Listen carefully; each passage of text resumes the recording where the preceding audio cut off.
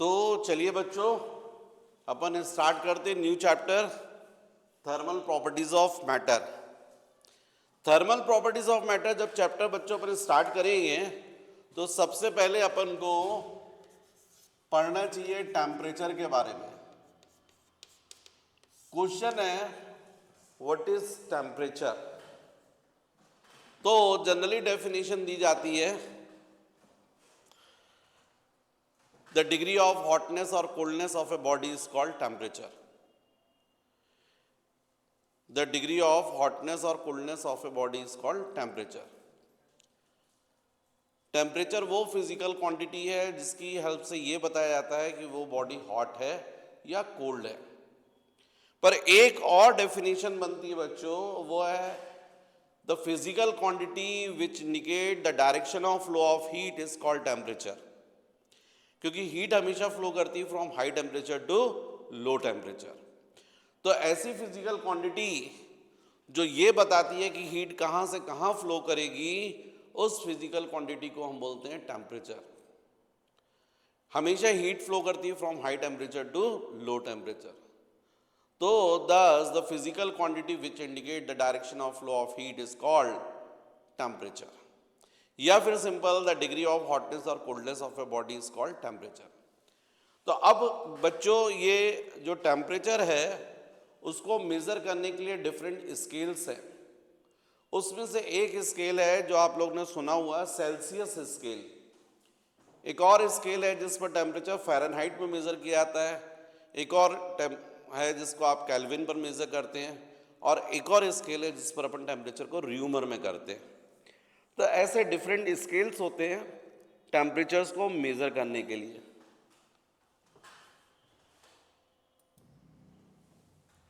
तो नेक्स्ट बच्चों different scales हैं जिन पर हम लोग टेम्परेचर मेजर करते हैं। Different scales for measuring temperature. तो इसमें से एक स्केल है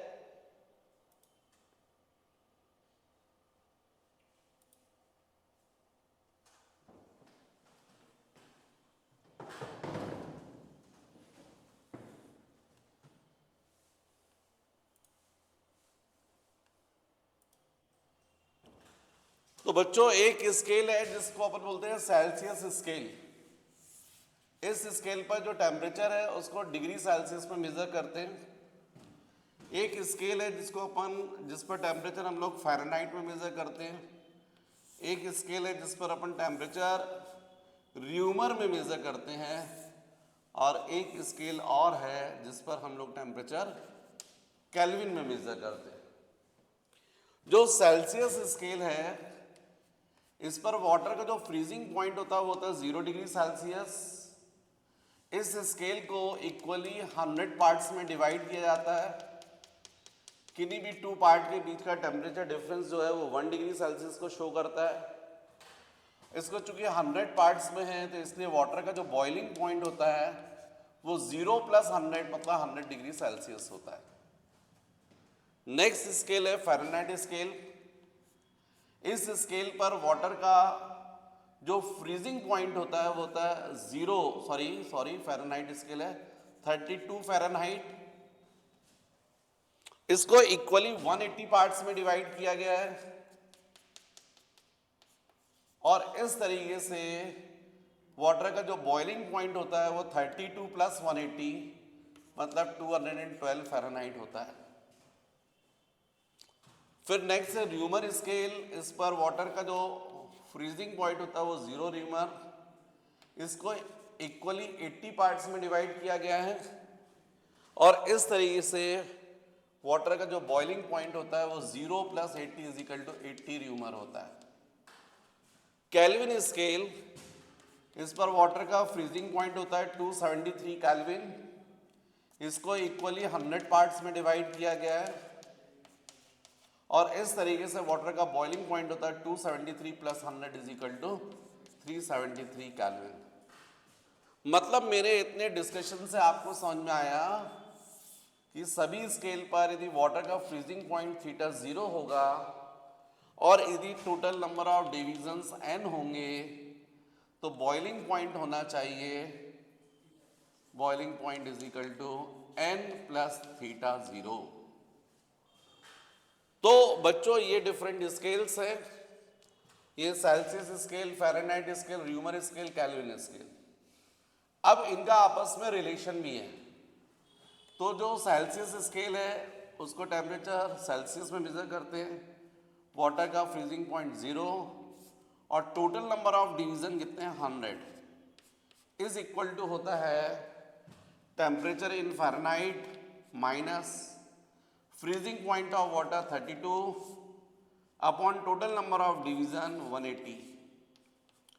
फिर र्यूमर स्केल, इस पर temperature in rumour minus freezing point of water 0, total number of division 80।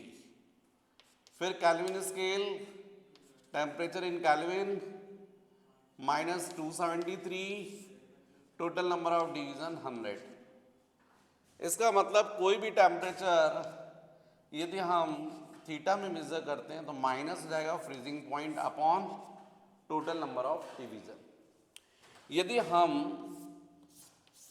ये पूरे इक्वेशन को यदि 20 से मल्टीप्लाई कर दें 20 से तो ये जाएगा c upon 5 f minus 32 upon 9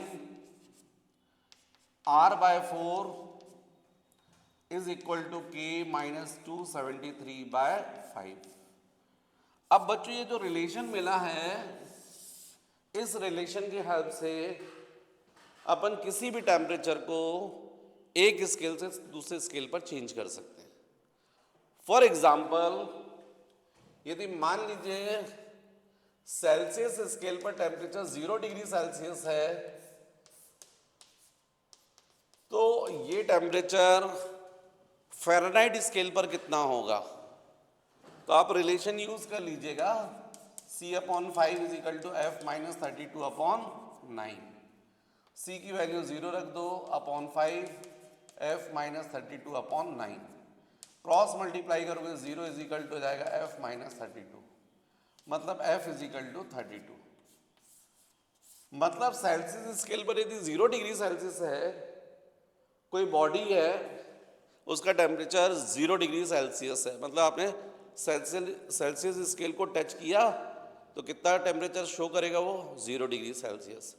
लेकिन उसी बॉडी से यदि फ़ारेनहाइट स्केल को टच करोगे तो कितना टेम्परेचर शो करेगा 32 फ़ारेनहाइट।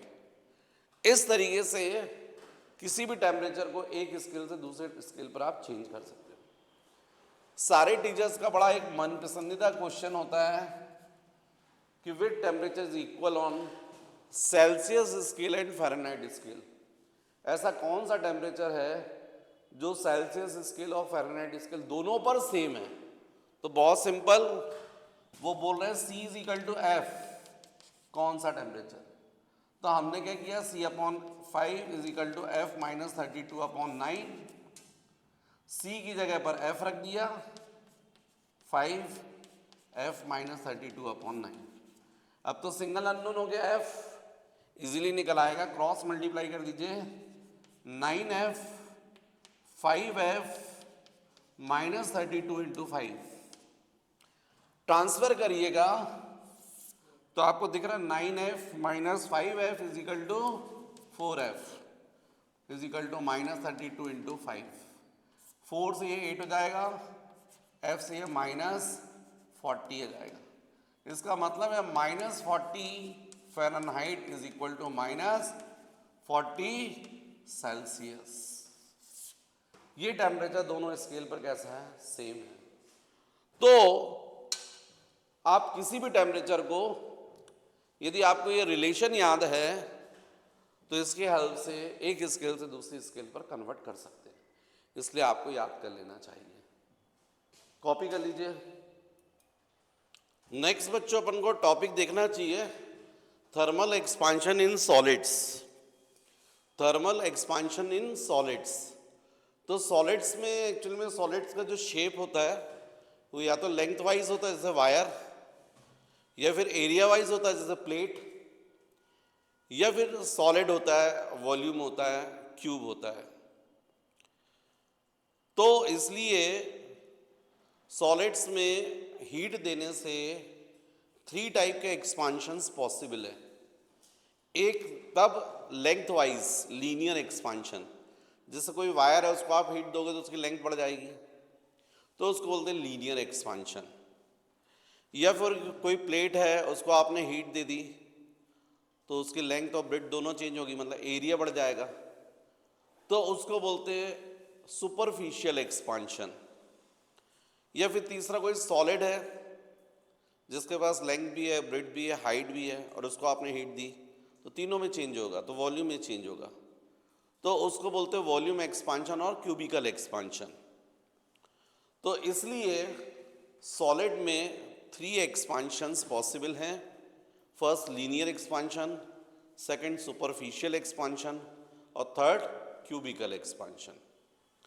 अब ये जो लीनियर एक्सपांशन है उससे रिलेटेड एक कोफिशिएंट है जिसको बोलते हैं कोफिशिएंट ऑफ लीनियर एक्सपांशन। ऐसे सुपरफिशियल एक्सपांशन से रिलेटेड कोफिशिएंट को अपन बोलते हैं कोफिशिएंट ऑफ सुपरफिशियल एक्सपांशन, और वॉल्यूम से रिलेटेड है उसको बोलते हैं कोफिशिएंट ऑफ वॉल्यूम एक्सपांशन या कोफिशिएंट ऑफ क्यूबिकल एक्सपांशन। इनको अल्फा, बीटा, गामा से डिनोट करते हैं अपन। तो फर्स्ट अपन देखते हैं coefficient of linear expansion. Linear expansion alpha. तो बच्चों मान लीजिए कोई वायर है, उसकी इनिशियल लेंथ है L0, 0 डिग्री सेल्सियस पर लेंथ कितनी है L0, और फिर हमने इसको हीट दी, टेम्परेचर 0 से हमने कितना इंक्रीज कर दिया T डिग्री सेल्सियस, जिससे इसकी लेंथ L0 से इंक्रीज होकर कितनी हो गई LT, न्यू लेंथ कितनी हो गई LT। तो प्रैक्टिकली देखा गया है जो चेंज इन लेंथ है LT minus L0, it is directly proportional to L0, original length के डायरेक्टली प्रोपोर्शनल होती है।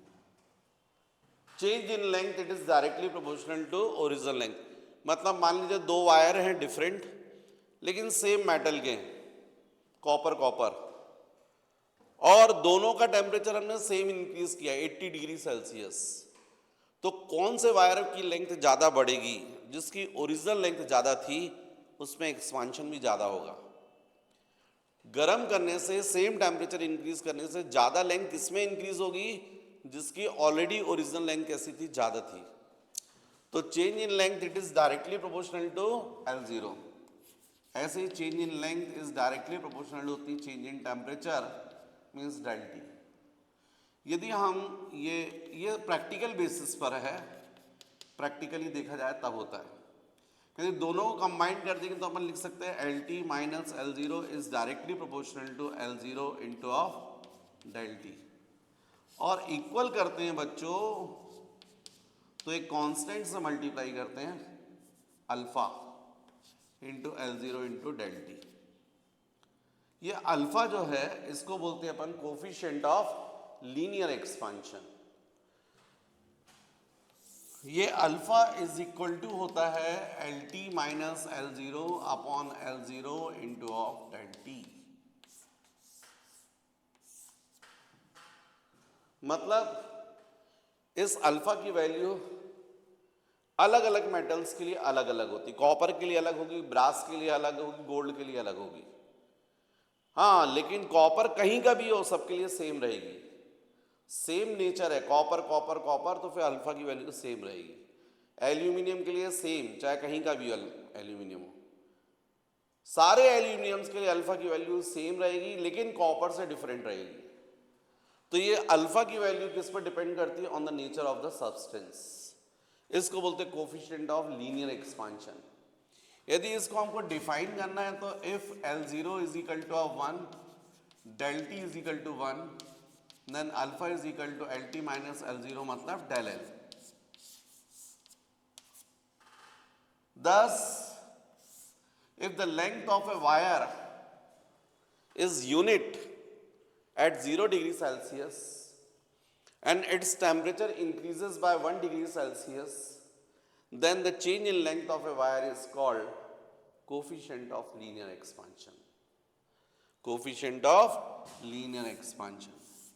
इसकी जो यूनिट होती है तो चेंज इन लेंथ को किस में मेजर करोगे? मीटर में। ओरिजिनल लेंथ को मीटर में, तो मीटर मीटर कैंसिल हो जाएगा, तो केवल क्या बचेगा? टेम्परेचर। तो अल्फा की जो यूनिट होती है वो होती है पर डिग्री सेल्सियस, पर डिग्री सेल्सियस। तो ये है बच्चों कोफिशिएंट ऑफ लीनियर एक्सपांशन, इसको हम लोग अल्फा से डिनोट करते हैं। What is L0? Length of a wire at 0 degree Celsius. What is LT? Length of a wire at T degree Celsius. और ये जो मैंने लिखा है ये प्रैक्टिकल बेसिस पर है। LT माइनस L0 मतलब change in length, it is directly proportional to L0। तो जल्दी से कॉपी कर लीजिएगा और यहां पर जो है आप अल्फा की डेफिनेशन लिख लीजिएगा। नेक्स्ट सेकेंड एक्सपांशन है बच्चों कोफिशिएंट ऑफ सुपरफिशियल एक्सपांशन। तो मान लीजिए कोई प्लेट है और इस प्लेट का जो एरिया है, इनिशियल एरिया 0 डिग्री सेल्सियस पर एरिया at 0 degree Celsius इस पर सपोज A0 और area at T degree Celsius पर सपोज AT। तो प्रैक्टिकली देखा गया है जो भी इसके एरिया में चेंज हो रहा है AT माइनस A0 ये डायरेक्टली प्रोपोर्शनल होता है ओरिजिनल एरिया के। ऐसे ही AT माइनस A0 ये भी देखा गया है डायरेक्टली प्रोपोर्शनल होता है टेम्परेचर डिफरेंस के। जितना ज़्यादा टेम्परेचर इंक्रीज करोगे उतना ज़्यादा एरिया इंक्रीज होगा। इन दोनों को कंबाइन करते हैं तो जाएगा AT minus A0 is directly proportional to A0 into of del T। और बच्चों इक्वल करते हैं तो एक कांस्टेंट से मल्टीप्लाई करते हैं, उसको बीटा बोलते हैं, beta into A0 into del T। मतलब ये जो बीटा है इज इक्वल टू होता है AT minus A0 upon A0 into of del T। इस बीटा को ही हम लोग बोलते हैं कोफिशिएंट ऑफ सुपरफिशियल एक्सपांशन। इस बीटा को ही हम लोग बोलते हैं कोफिशिएंट ऑफ सुपरफिशियल एक्सपांशन। अब इसको भी यदि आपको डिफाइन करना है, डेफिनेशन देना है, तो सिंपल आप डिनोमिनेटर को 1 कर दो तो न्यूमरेटर इक्वल टू हो जाएगा बीटा। मतलब if A0 is equal to 1 del T is equal to 1 then beta is equal to AT minus A0 और beta is equal to of del A। तो बहुत इजीली आप डेफिनेशन लिख सकते हैं आप अपने वर्ड्स में। If the original area of a sheet at 0 degree Celsius is unit and its temperature increases by 1 degree Celsius then the change in area of sheet is called coefficient of superficial expansion. It is denoted by beta and it is measured in per degree Celsius। इसकी unit भी same रहेगी क्योंकि right hand side में यहाँ पर numerator में भी change in area है और यहाँ भी एरिया है। तो जो न्यूमरेटर में एरिया की यूनिट रहेगी वो डिनोमिनेटर में एरिया की यूनिट को क्या कर देगी? कैंसिल, केवल टेम्परेचर पर बचेगा। तो इसलिए बीटा की भी जो यूनिट होती है वो क्या होती है? पर डिग्री सेल्सियस, ये इसकी यूनिट है। डेफिनेशन आप अपने वर्ड्स में यहां लिख सकते हैं जैसा मैंने आपको समझाया है, राइट? कॉपी कर लीजिए। अब जैसा बच्चों अपन ने यहां पर कोफिशिएंट ऑफ सुपरफिशियल एक्सपांशन देखा है, बिल्कुल वैसा ही नेक्स्ट है कोफिशिएंट ऑफ क्यूबिकल एक्सपांशन। मैंने आपको समझाया वॉल्यूम से रिलेटेड है। तो नेक्स्ट है कोफिशिएंट ऑफ वॉल्यूम एक्सपांशन।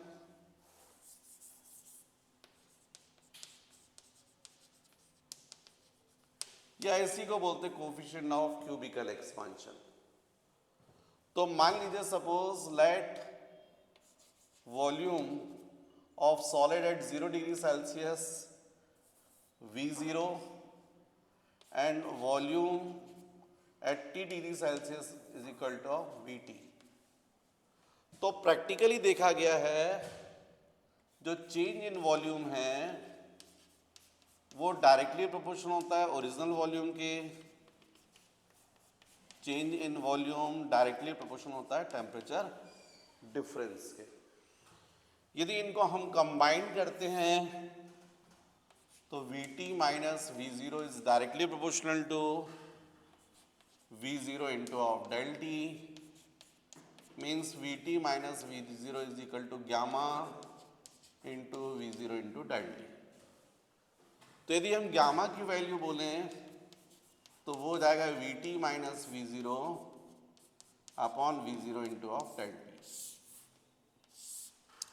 अब इसमें फिर से if V0 is equal to 1, del T is equal to 1, then gamma is equal to Vt minus V0, मतलब gamma is equal to del T। तो इस बेसिस पर हम डेफिनेशन दे देंगे और इसी बेसिस पर क्लियर हो रहा है इसकी जो यूनिट होगी वो भी क्या होगी पर डिग्री सेल्सियस, क्योंकि न्यूमरेटर में वॉल्यूम डिनोमिनेटर में वॉल्यूम, वॉल्यूम की यूनिट कैंसिल हो जाएगी, केवल टेम्परेचर की बचेगी। रहा सवाल डेफिनेशन का तो आप बोल सकते हो if the volume of solid is unit at 0 degree Celsius and its temperature increases by 1 degree Celsius then the change in volume of solid is called coefficient of cubical expansion. केवल area की जगह क्या आ जाएगा volume आ जाएगा।